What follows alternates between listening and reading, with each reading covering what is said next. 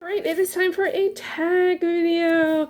Hey everyone, it is Shannon, and I'm super excited to be here today and share with you this video. This is going to be the Moody Reader tag, and the original was created by Slanted Spines, and I saw this over at Berna's Bookish Adventures, and I thought it would be a fun one to do, so I decided to do it. Also the creator shared their Myers-Briggs, so I thought it might be fun to do that as well. So my Myers-Briggs is I am an ENTFJ.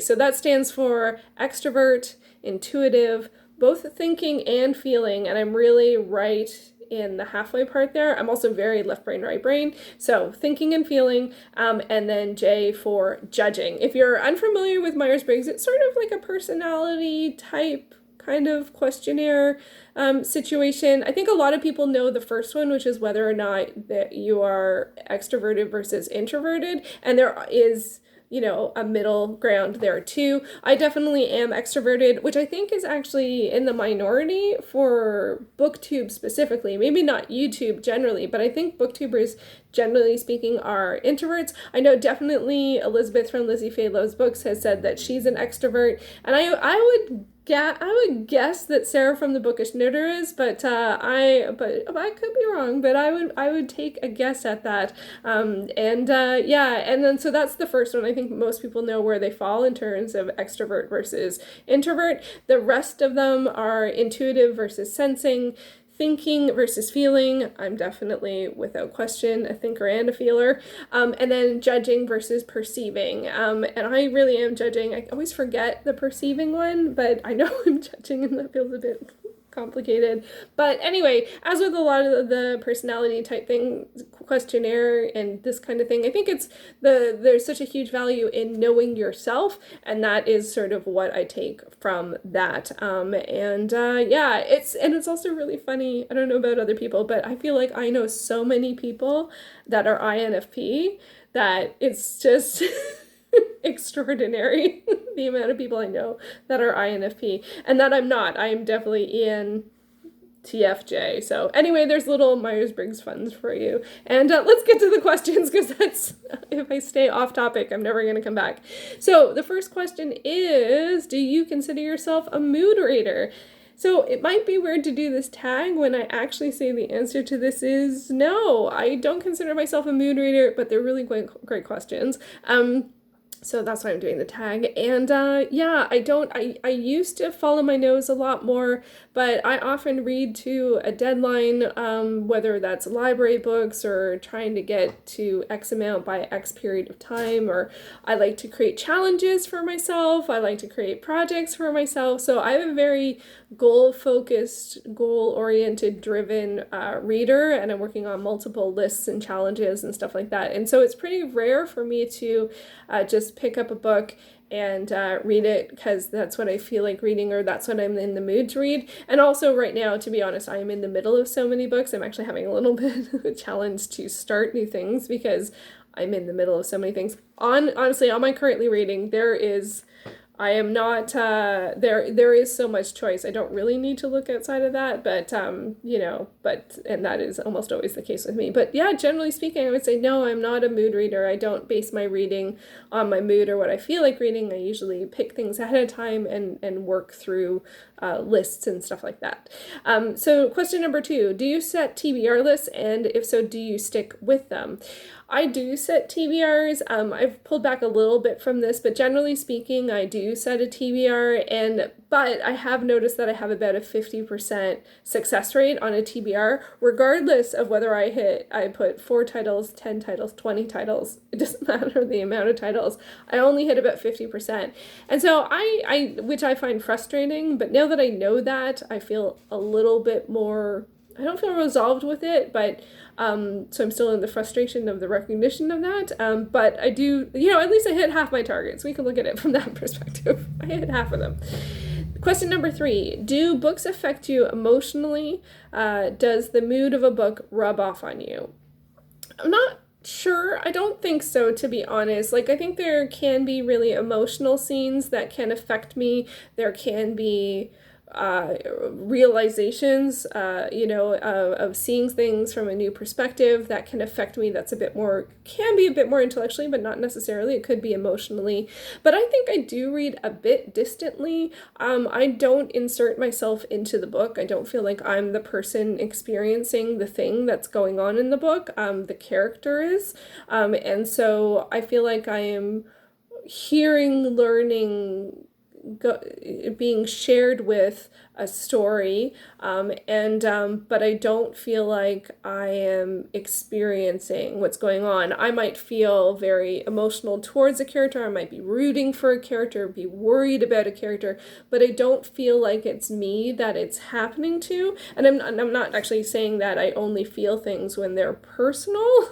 Actually, it kind of sounds like that's what I'm saying, but but I feel like it's external. It's something that I'm observing in a way, or consuming, but there is a distance there. And although things can affect me emotionally, especially some works from particular authors, I think, but not always, not always. And I find like the mood of a book is something that's a bit hard to, I'm going to say quantify, which is not a great mood kind of thing, but it's like everyone experiences things differently. So I think like one book doesn't have one mood. And while there are certain genres that have certain general moods, like romance can be very swoony and adventure can be very thrilling, but you as a reader can experience something very differently than someone else reading the exact same thing, which is one of the magical things about books.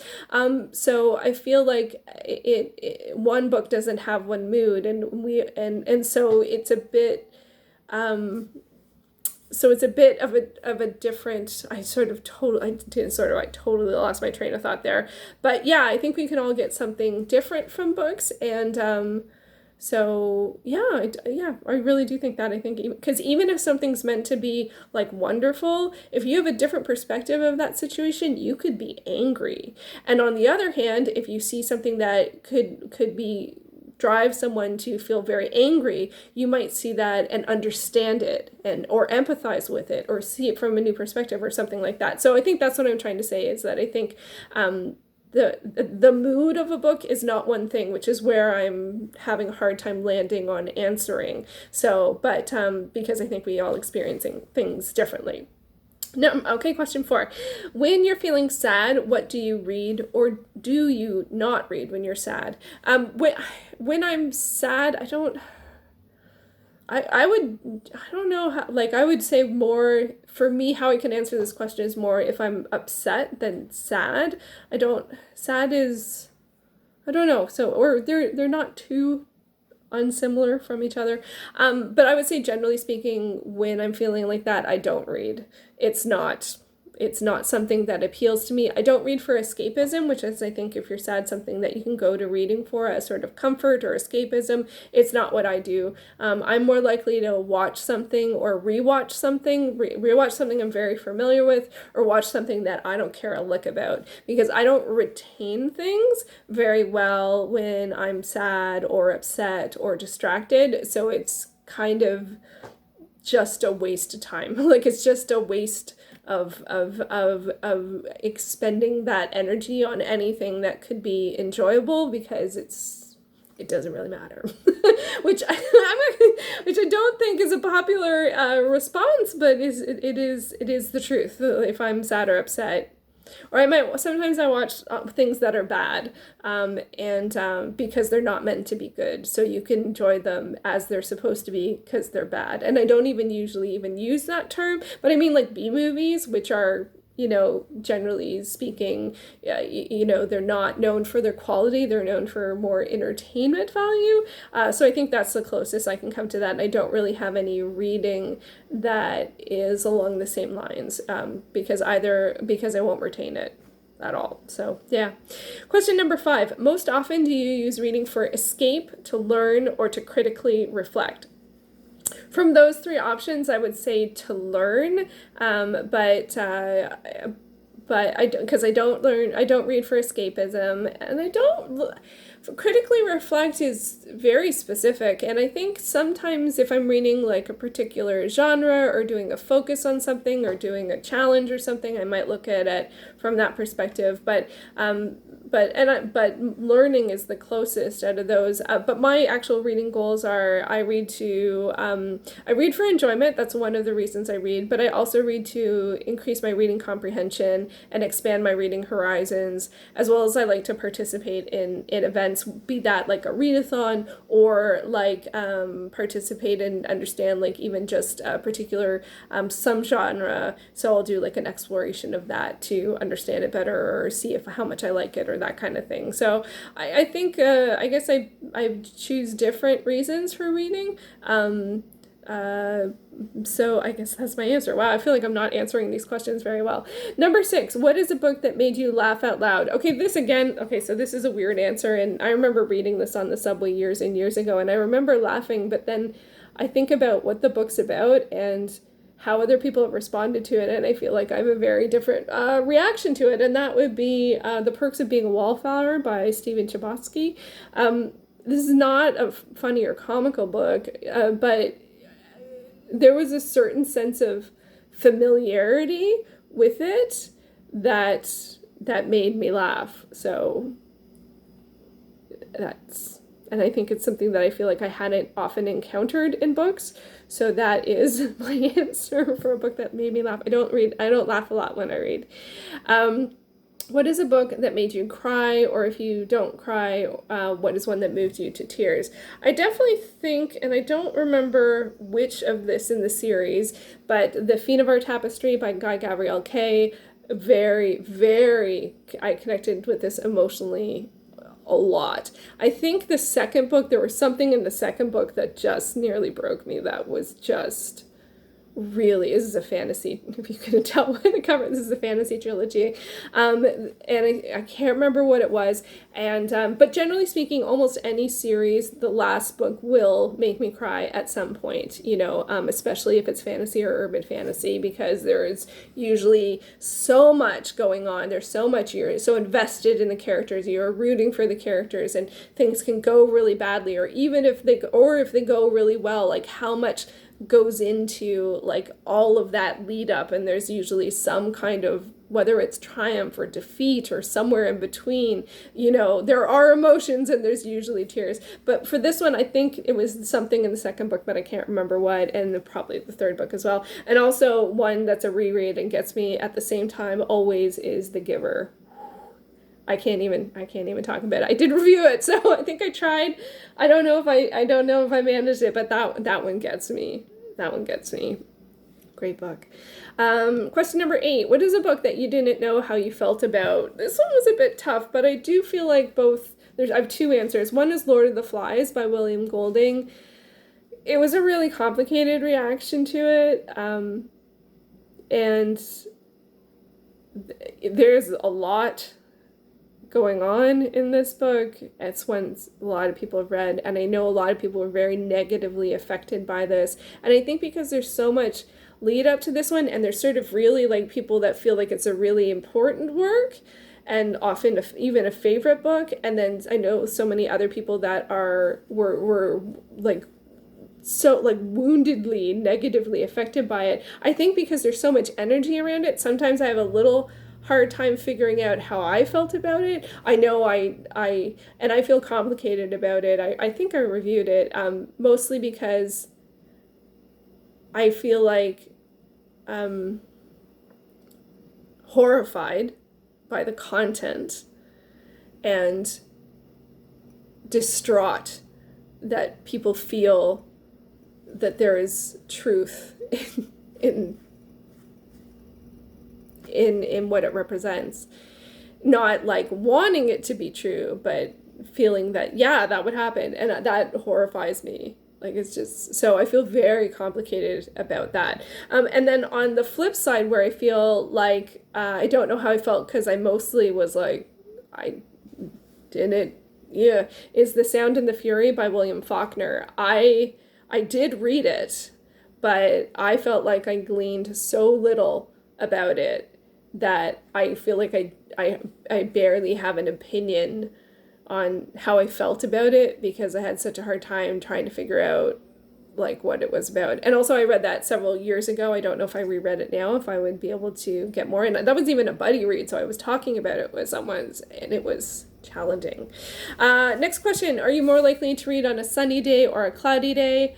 I read every day. I pretty much read every day. Like there's usually like maybe 2 or 3 days of the year that I don't read. It doesn't, the what it's like outside does not have any impact on my reading. Number 10, do you like to set the mood when you read with lights, music, smells? No, generally speaking, no. I just need a good light source if I'm reading a print book. And I do have several Spotify playlists that I listen to, not quite classical, fantasy board gaming, lava lamp, because I mostly like having sound on just to make it so that I don't hear other things. That sounded really weird. Like just so like, if there's cars going by or, you have the windows open and people are talking outside, it just sort of like, just sort of creates a bit of a barrier kind of thing. So it's not really to set the mood, it's just out of habit. At this point, it really is out of habit. Just put on Spotify. So yeah, I'd love to hear any playlists that you listen to, especially anything without lyrics, or basically anything without lyrics is what I'm looking for. I didn't mean to throw in an ask there, just to share if you have. And I'll put the ones that I listen to down below. The last question is 11. Can you leap from book to book or do you need buffer time in between them? For me, actually, back to back, I can't even read one book all the way through from start to finish. I usually have 3 to 5 books on the go at all times, and my currently reading has exploded. It's just, but in terms of active reading, like on a daily basis, I'm usually reading 3 to 5 titles every day, and that's how I like it. It really, the only parameter I have is not to have more than one of the same genre, especially fiction, a combination of fiction and nonfiction. I like to do that, so I don't need any buffer time. That's not true. Like if I'm reading a series, like a fantasy series or an urban fantasy series or a science fiction series or something like that, and you get to like a really big moment, I want to stay with that, so I will read other things, but I won't read anything from that genre for a little bit, maybe, but like a couple days or a week, not a huge amount of time. I'm not greatly impacted. And I do feel like now I would feel a little bit more like picking and sticking with series just for remembering, which is a bit just more of a practical reason than a bit of a mood reason, so that I can retain things. So I feel like I'm not very moody. I can be pretty moody, but I feel like my reading is pretty structured, and I do have the systems that work for me, and and they're based on, a lot of them are based on like my reading priorities or challenges or stuff like that. But I don't know, it's one of those things that I wonder, would it be more fun to mood read and to shift from things? Or also, I know people like genuinely when you mood read, it's not like, hey, I want to do it this way. It's like this is what's calling to me, this is what I'm retaining. And I think it's great that that everyone can read differently and enjoy things differently. I just think it's part of the reason why I decided to do the tag, even though I'm not that much of a moody reader. I just like talking about different reading styles and approaches and things that work and things that don't. And I think it's okay for everyone to have different answers. If everyone had the same answers to the same tag questions, that wouldn't be very fun to watch them all. So anyway, so there you go. There is the Moody Reader tag. I will leave all the questions down below if you would like to do the tag yourself. I thought it was a lot of fun. And I'll be back soon with another video. Thanks for watching.